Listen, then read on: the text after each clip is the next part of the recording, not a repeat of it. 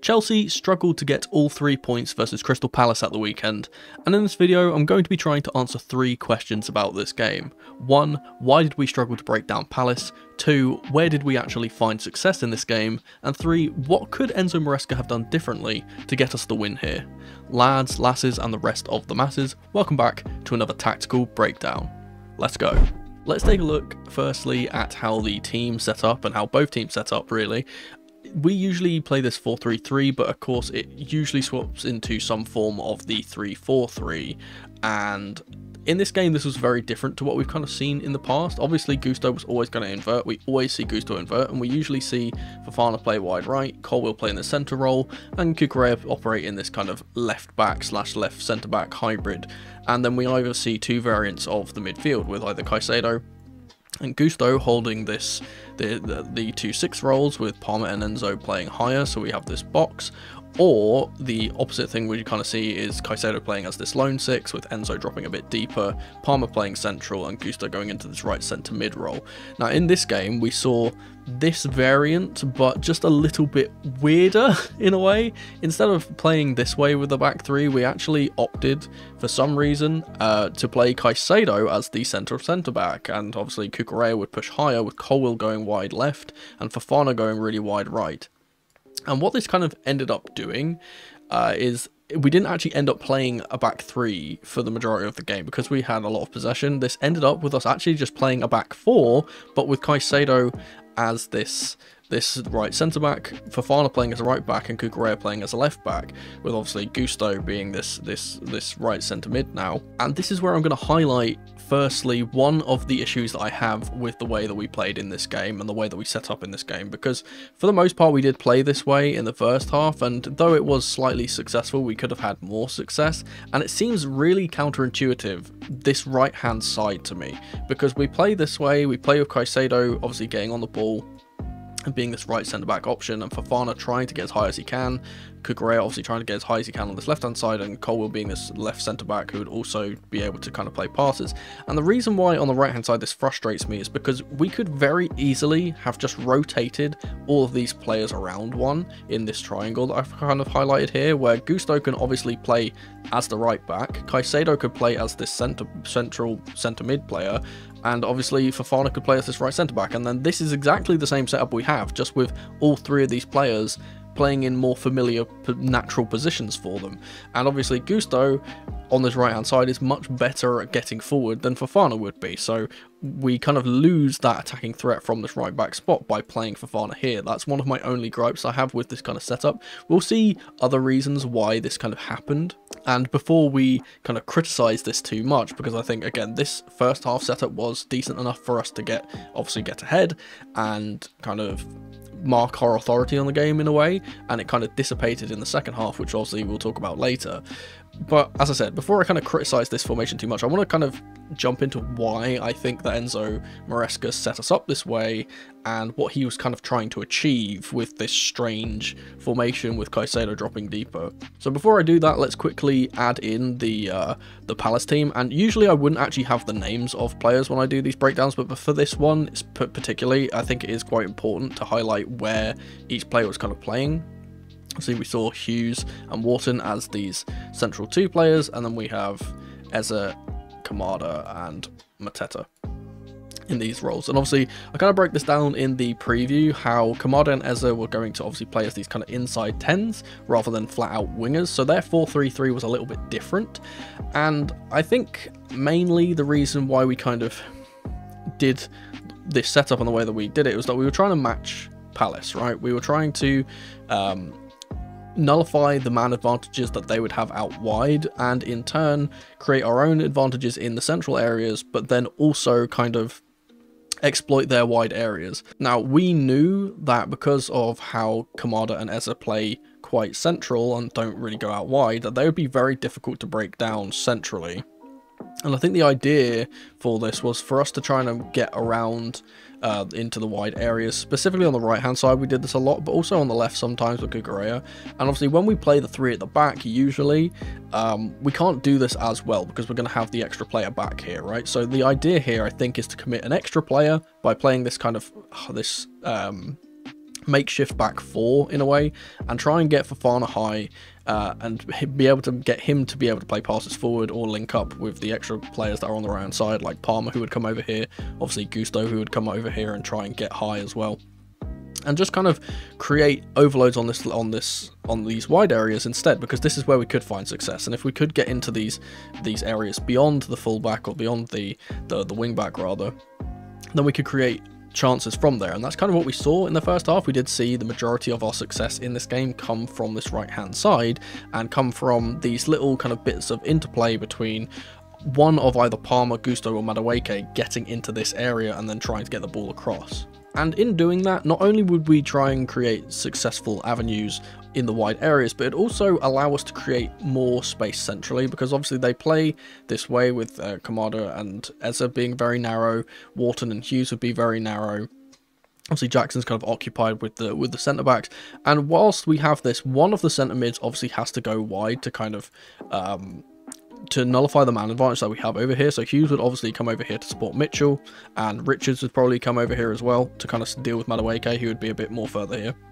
And we have this kind of situation where we now match up 3v3, and what we kind of had to try and do in this game, obviously Eze would come back as well to try and put pressure on Fofana, but what we had to try and do in this game was find the avenues to get the ball into these spaces where Palmer or Enzo or Jackson would be free.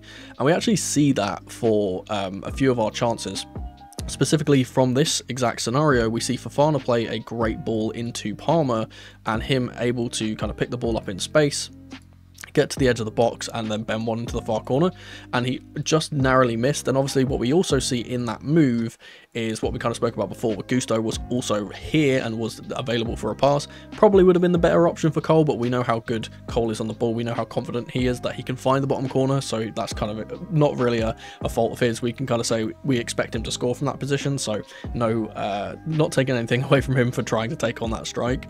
But as I said, Gusto was probably the better option, and exploiting these wide areas in general and kind of making these runs into these areas is kind of how we were getting the majority of our success. Now, Palace started this game off by being very, very aggressive, pressing very high up the pitch and trying to win the ball early and spring counters of their own. So this kind of five-at-the-back system that they were playing wasn't really a five-at-the-back system. It was a pure 3-4-3 with Munoz and Mitchell at times basically acting as left and right mids. And part of the reason why we actually did find some success in this first half is because of how aggressively they were pressing.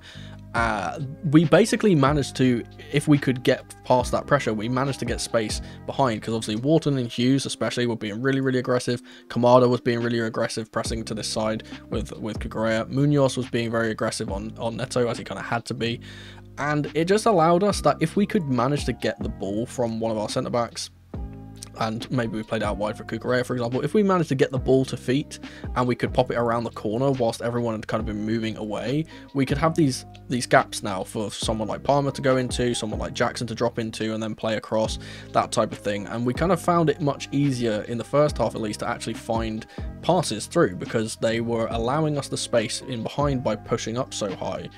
And in the first half, that was kind of working, and we saw that this was causing the Palace midfielders to have to, again, just press really, really hard, and just were committing so many fouls into the backs of players, and they were being very, very aggressive. And obviously I'll talk about some of the fouls later on in this breakdown, because I think they are very important to talk about. But the key aspect of the way that Palace played is they were not giving us a second chance, and they obviously learnt from what they had seen from us in the first half versus Wolves, where Wolves stepped on us really, really quickly, didn't give us that ability to kind of settle on the ball. And the first half at least was quite scrappy, and we did find a lot of the times where, for example, Enzo would get on the ball and Wharton would be in his back and he'd have to play it back to Colwill, and that's kind of what they were trying to do. They were trying to use their pressure to stop us from being able to progress, and obviously that didn't always work out for them, because we were able to find opportunities with pockets of space opening up for someone like Palmer, who could drop into space, or Gusto, who would drop into space, that type of thing. And obviously Mateta would try and be the lone player kind of pressing the two centre-backs, and he can't really do this. You can only really press one player. You can kind of position yourself to stop the pass, but the pass is just going to go the other way. And again, Kamada was also pressing really high to kind of pressure Colwill, and then he would just play it to Kukurea, and he's immediately past this first line because of how aggressive they were being.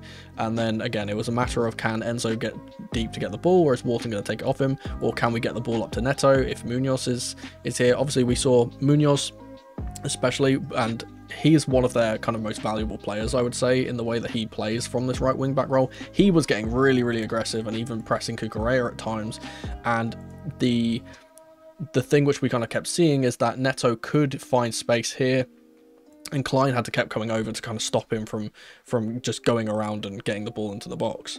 And it's from this insane pressure that Palace were putting on us that our first goal actually comes from. They commit far too many men forward, and we are very swiftly able to break after winning the ball back. We play the ball up the wing into the vacated space from all the players that are pushed up, with Madueke, who knocks it into the path of Palmer, and his cross across goal is excellent on the outside of his boot to give it to Jackson, who slots it in very easily for 1-0.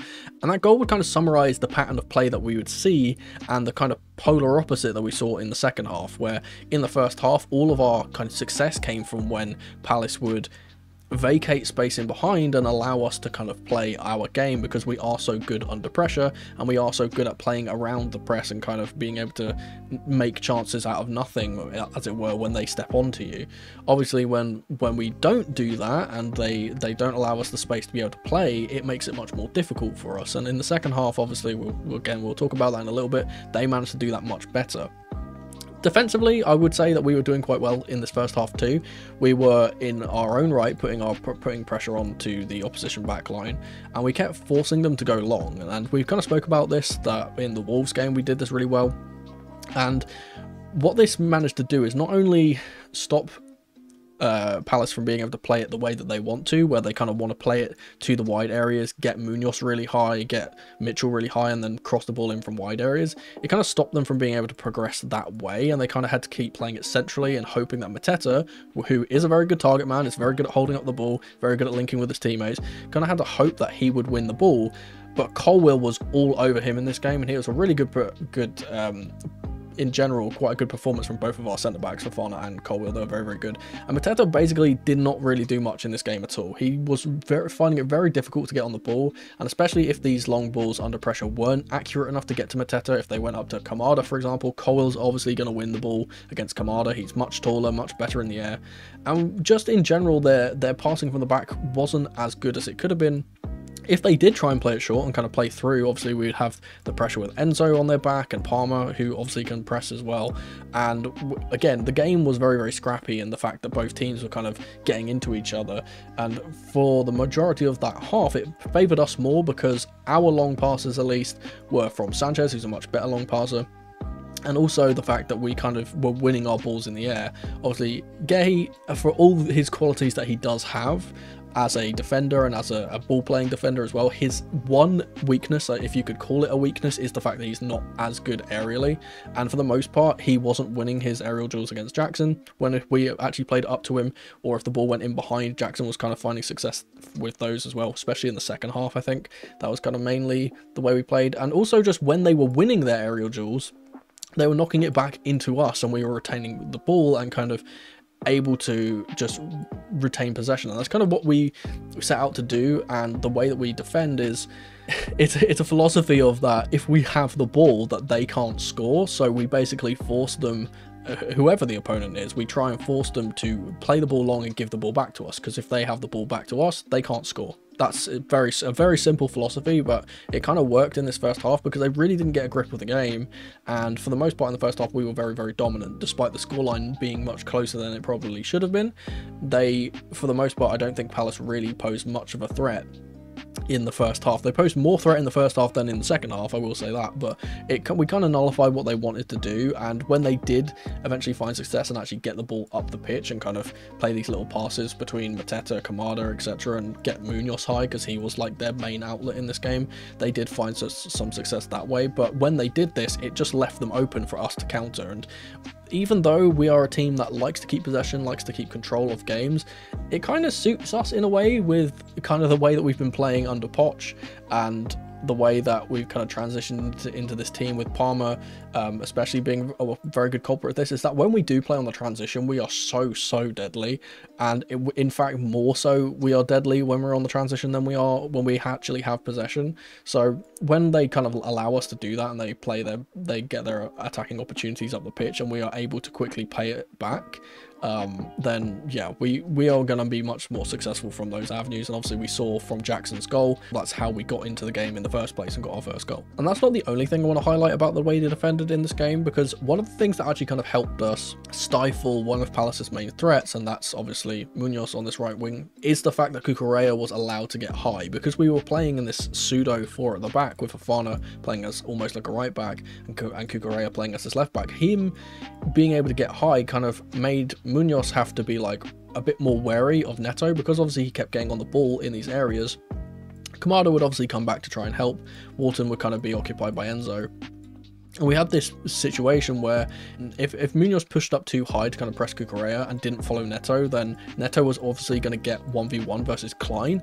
And this is one thing that they really did not want to have, because obviously Klein, as good as he has been in the past, he's 33 years old. Neto has got very good pace, and the main thing about Neto is his burst of acceleration is very quick, and Klein doesn't have that same kind of acceleration. So they wanted to avoid getting into these isolated 1v1s as much as possible. So Munoz was tasked mainly with kind of being back here and doubling up on Neto and stopping Cucurella being here and offering that pass to Neto, kind of stop Munoz from being like, okay, well, let's go up here and try and win the ball back and then like rush all the way up the pitch like he likes to do, because he had to be wary of the fact that if he missed his press or the ball got played into Enzo, for example, and then knocked around the corner, then he was really out of position and they would kind of forfeit this opportunity for us to run at their back line. And obviously he couldn't do that, so he had to be much more defensively responsible than he would usually be, because we know, as I said, Palace, even though they set up in this kind of 5 at the back system, it's not a 5 at the back, it is a true 3 at the back system where they play with the 4, and Munoz and Mitchell try and play as left and right mid as much as anything, rather than right wing backs, and they do get back defensively obviously when they need to, but they would much prefer to be on the ball and getting up into these wide attacking areas, and he was not allowed the opportunity to do that much in this game, and I think that's part of the reason why they struggled to score in the first half at least. Much of what we've kind of discussed about this first half in this game completely flipped over onto a polar opposite in the second half. But before I talk about the second half though, I want to touch on something that I discussed heavily in the Feeling Blue review that I do after the game, my live stream, and that's the referee. I'm going to be calling this section Gillett the worst a man can get, because he was utterly awful in this fixture and didn't help us in the slightest. I don't want to ever blame referees for the fact that we didn't get back into this game, because admittedly we weren't good enough, and I will highlight those in a bit here when we go through the second half. But we had a lot of decisions go the complete wrong way and definitely could have affected how things work. I'm not going to talk about every one, but just the obvious ones that stand out to me.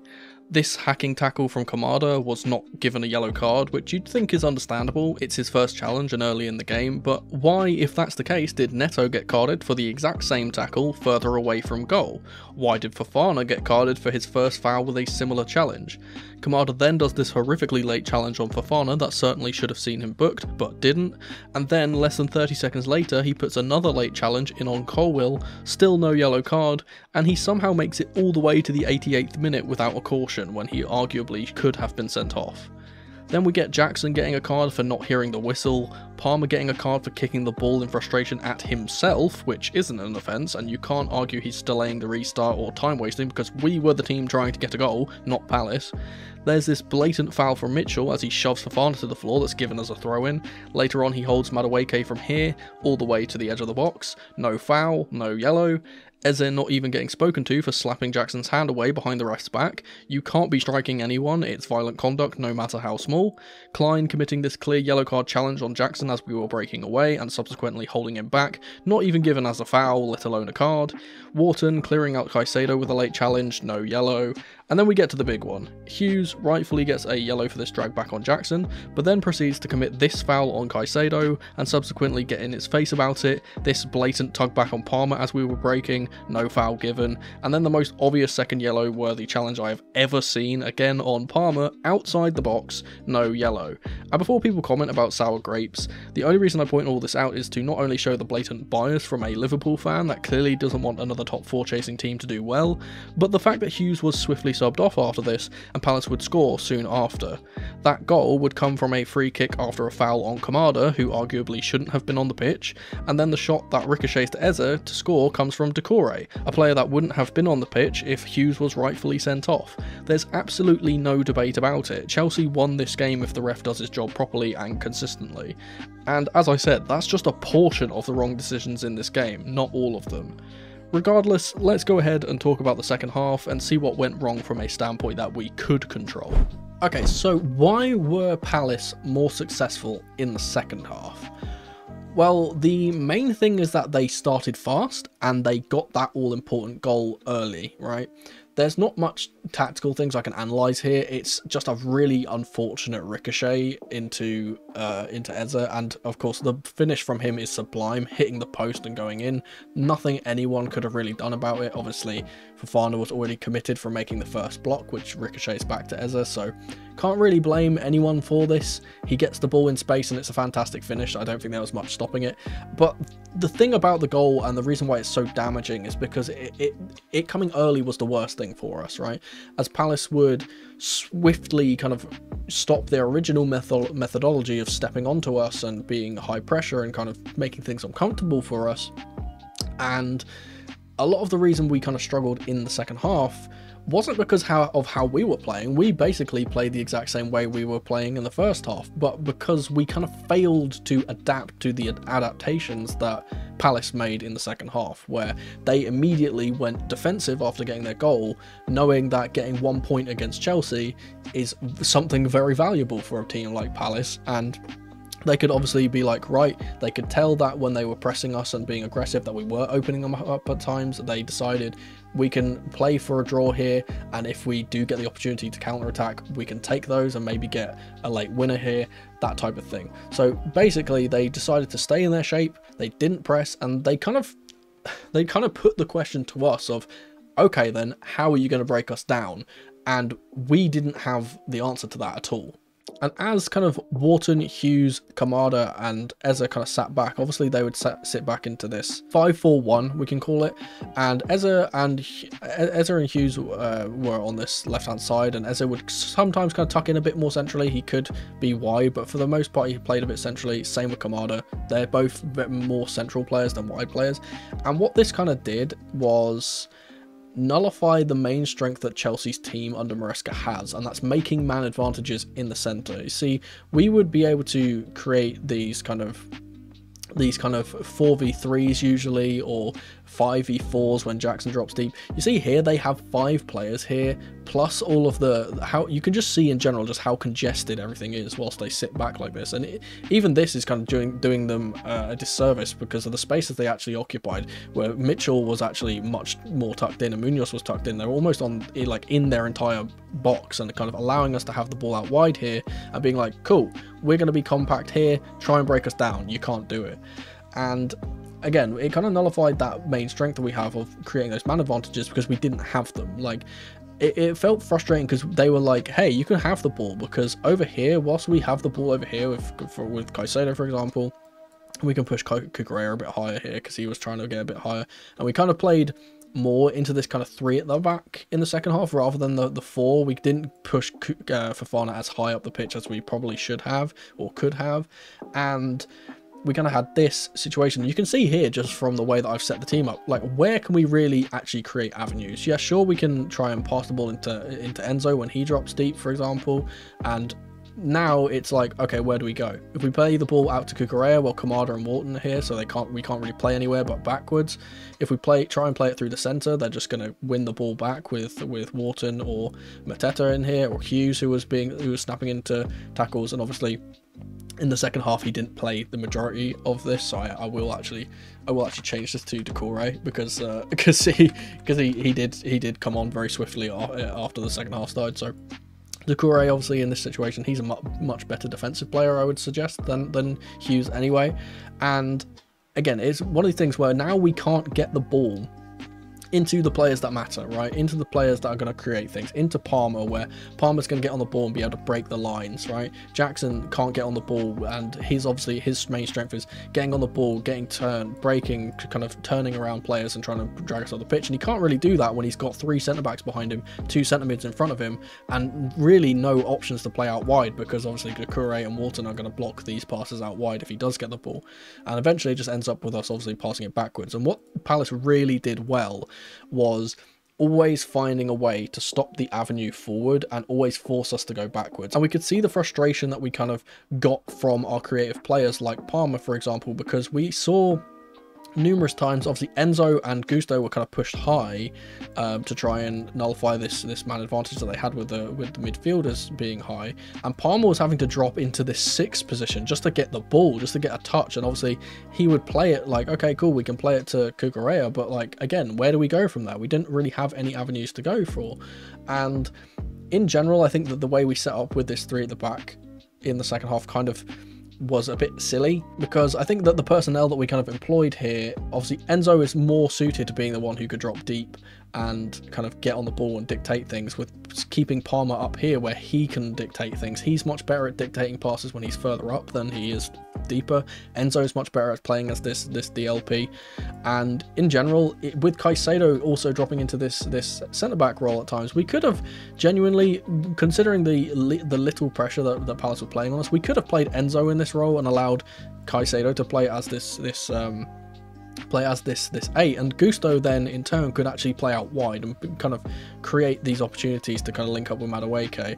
One thing that we saw is not only did Palace nullify the advantages that we got in the midfield like we usually do, but also the ability to create 1v1s. We've spoken about this on numerous occasions, that our whole team relies on trying to get these 1v1s out wide and get 1v1s against the central centre-back, and we just could never do that because Madueke would get on the ball, for example, and he'd be surrounded by Eze, Doucouré, Mitchell, Richard would come over, and there's just nowhere to go but backwards, right? And obviously this wouldn't be Gusto here, this would be Fofana who would come up here. And obviously when Fofana's here, he doesn't really cause much of a threat. Like, you're not going to worry if Fofana has got the ball here, and we even see like hopeless kind of crosses from Fofana from these deep areas basically amounting to nothing, because we didn't really have much in the way of kind of being able to break this down. And again, this is not just a fault of us kind of not playing quick enough and not kind of being able to create those avenues. It's just credit to Palace really, because they defended really well, and we never found the kind of route to kind of get through this, which obviously I'll touch on how I think that we could have navigated this in a little bit. But there's the kind of issues that we had in this system that I didn't really like. Again, like I said, Palmer dropping deep is it's really silly. We should be seeing Enzo do that rather than Enzo pushing up here. Obviously, again, Enzo and Gusto playing as these 10s is just very weird. Like, obviously we've seen Gusto play as a right-sided 8, and he can play there. That's a very decent position for him. He's had a bit of a slow start to the season, but he could play there. But in this game, he was tasked with being literally one of the inside 10s, and Palmer was dropping deep to try and get the ball, and Gusto was up here. This is a silly position for him to be in. I understand what's trying to happen, and obviously all of the midfielders were rotating, and one of them will try and drop, and the other 2 would go up here. But for the most part, it was Palmer dropping, which is really frustrating with Gusto going here. And what this kind of makes is that when Palmer doesn't drop and he hasn't done this movement yet, and we kind of have the ball with our centre-backs, or faux centre-backs as Caicedo here, is that we see something that we kind of saw whilst Pochettino was in charge. And one thing which I haven't said in a while, and you guys can say it with me because this is a meme from last year, but we see this giant hole in midfield where we just don't have anyone here to play the ball to, and obviously it just forces us to go wide because this is where our options are. And then whilst we're wide, it's like, well, cool, where do we go? We can't really play it out to Madueke because he gets crowded out if this ball goes in here. He just gets immediately crowded out by all these players. We can't play it into Gusto because the central areas are too congested, and Doucouré would be on his back and he would just force us to go back to our centre-backs. We can't really do anything. Like, the only option we really have is just to, as I said, with Fofana or someone, is just to aimlessly lump balls in and hope that someone gets on the end of it. Another thing that kind of bugs me is, again, I spoke about Caicedo playing in the deeper role. I think Enzo could have played there, but Neto as well. Neto playing on this left wing role really didn't have the greatest kind of game. Obviously playing on his weaker side, he is not able to kind of do what he wants to do. He wants to come inside and get into these central positions and kind of link up with Kukurea obviously overlapping, or Enzo or Jackson making runs in behind, right? But he can't do that whilst he's on his weaker foot, and we could see this from this game where he was kind of forced to kind of go this way, and without anywhere to pass to, he would pass it backwards to Enzo, or pass it backwards all the way back to the centre backs, and we didn't really get much joy from Neto on that side. We got a lot more joy when Mudryk came on, and I do think that Mudryk had a very, very promising cameo, and we kind of know that now that we've got Sancho coming in, that he's probably going to be the left winger for the majority of the time now, because he's kind of our most senior left winger, I would say. Obviously, we saw when Mudryk came on, he was actually having a much more success against Kamada and Munoz, or Munoz and Klein, depending on who was out here, and he was actually trying to make things happen, because the only way we could really break through this bastion of a backline from Palace was to try and go around it. We couldn't go through it. There was no way we were going to go through it. That was the whole point of their low block. It was that we can't go through it, we have to go around, and obviously that's much more difficult to do when they are wide and they have 5 at the back than they do when they have 4 here. It would be much easier.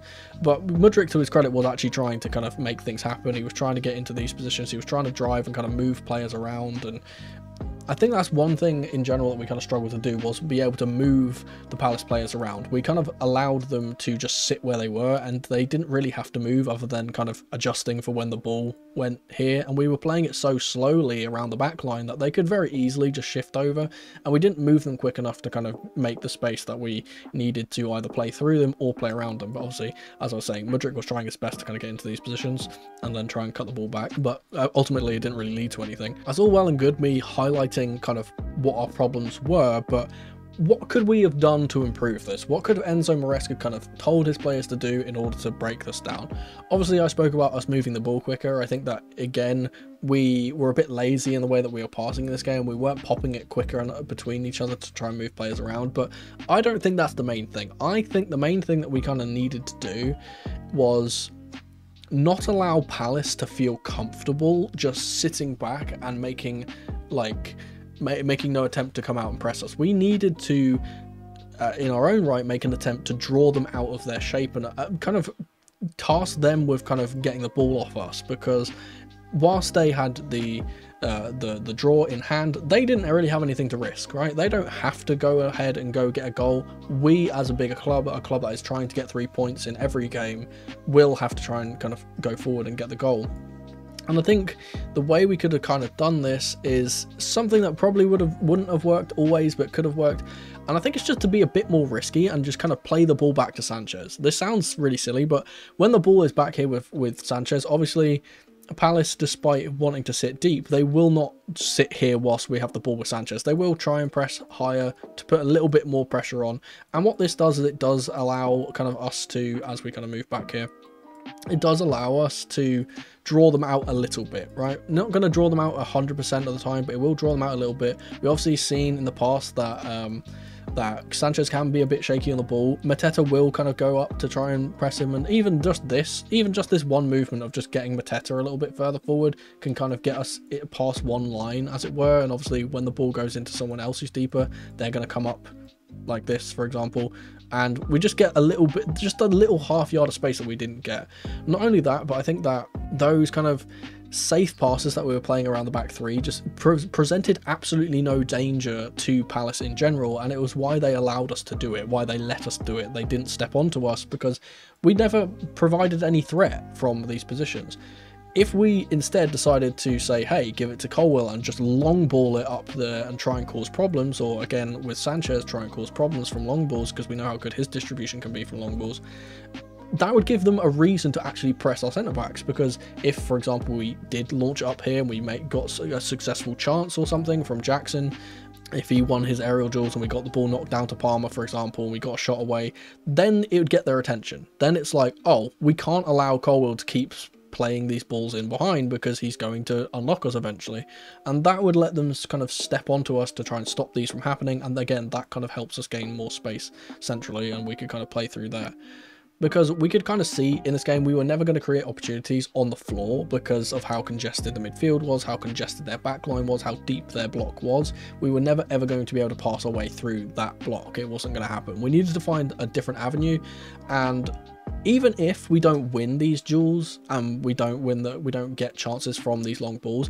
what it would do is kind of give Palace the confidence to kind of come out a little bit, right? Even if these aren't successful and we lose the ball and they get the ball, obviously if they've got the ball, they're not just going to sit there on their box. They are a team that, despite being a slightly lower level side than we are, they do back themselves to score goals. They do back themselves to go forward and get goals, and they would definitely have backed themselves if they had more possession in this game to get on the ball, get a grip of the ball, and actually go forward and try and attack us. And obviously with them doing that and them coming forward and actually having opportunities up higher up the pitch, again, it does the same thing where it does what we didn't struggle to do in the first half, but we struggled to do in the second half, is it would just push their team higher and have more space in behind. And we actually saw from this game that the majority of our chances in the second half actually fell to Jackson getting the ball in behind from long balls when Palace did decide to kind of attack us and we got the ball back.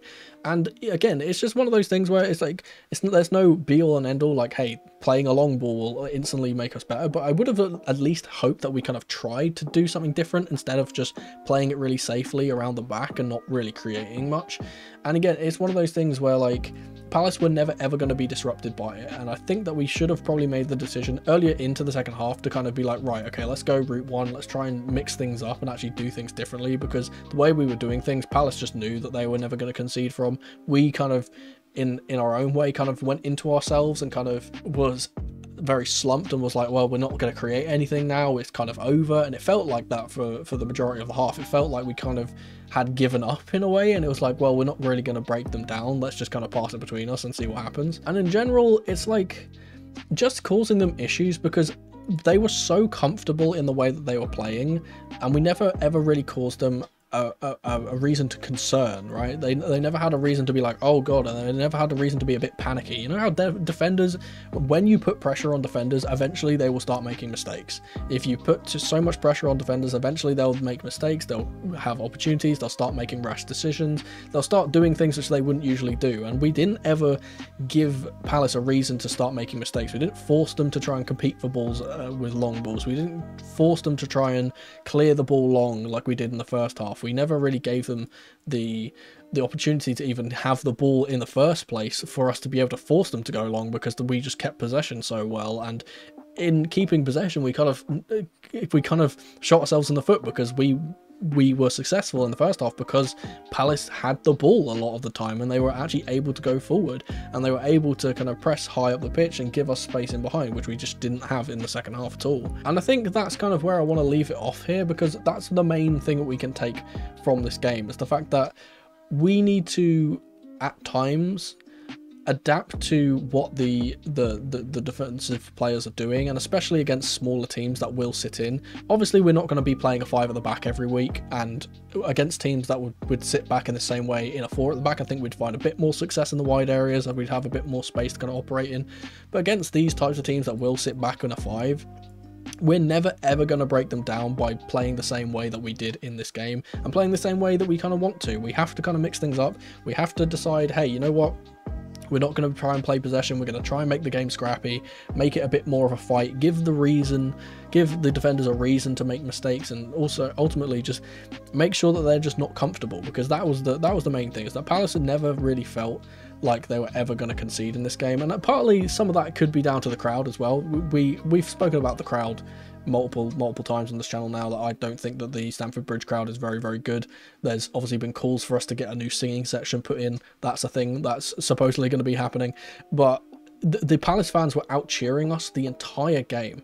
And that's despite them having much less numbers in the stadium than us. And obviously they got a boost from that. They get really comfortable kind of playing the way they want to with the backing of their fans. And we don't get that same boost from our fans. And it kind of allowed Palace to just be in their zone, as it were. And it felt like that for the large majority of the game, that Palace felt as comfortable as they probably could have been in a game against a team like Chelsea. Obviously, we now have the international break for 2 weeks after this game, so hopefully Enzo Maresca can kind of address some of those issues. He can analyse this game with a lot more time and kind of realise that, hey, sometimes we may need to swap up what we're doing and kind of find avenues in different ways. And again, hopefully we'll see that in our next game. Our next game is against Bournemouth, and we should see a bit of a different look from the team, obviously with new signings coming in, suspensions being over, possibly some injuries that have kind of affected things too. So hopefully we'll get to see some change there. Obviously, I will be breaking down the Bournemouth game in a preview before the game. It'll be the day before at 7 PM as usual. But if you can't wait until then, YouTube reckons you'll enjoy one of these two videos on screen in the meantime.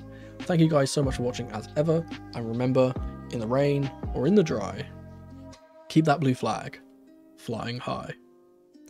Come on, you Blues.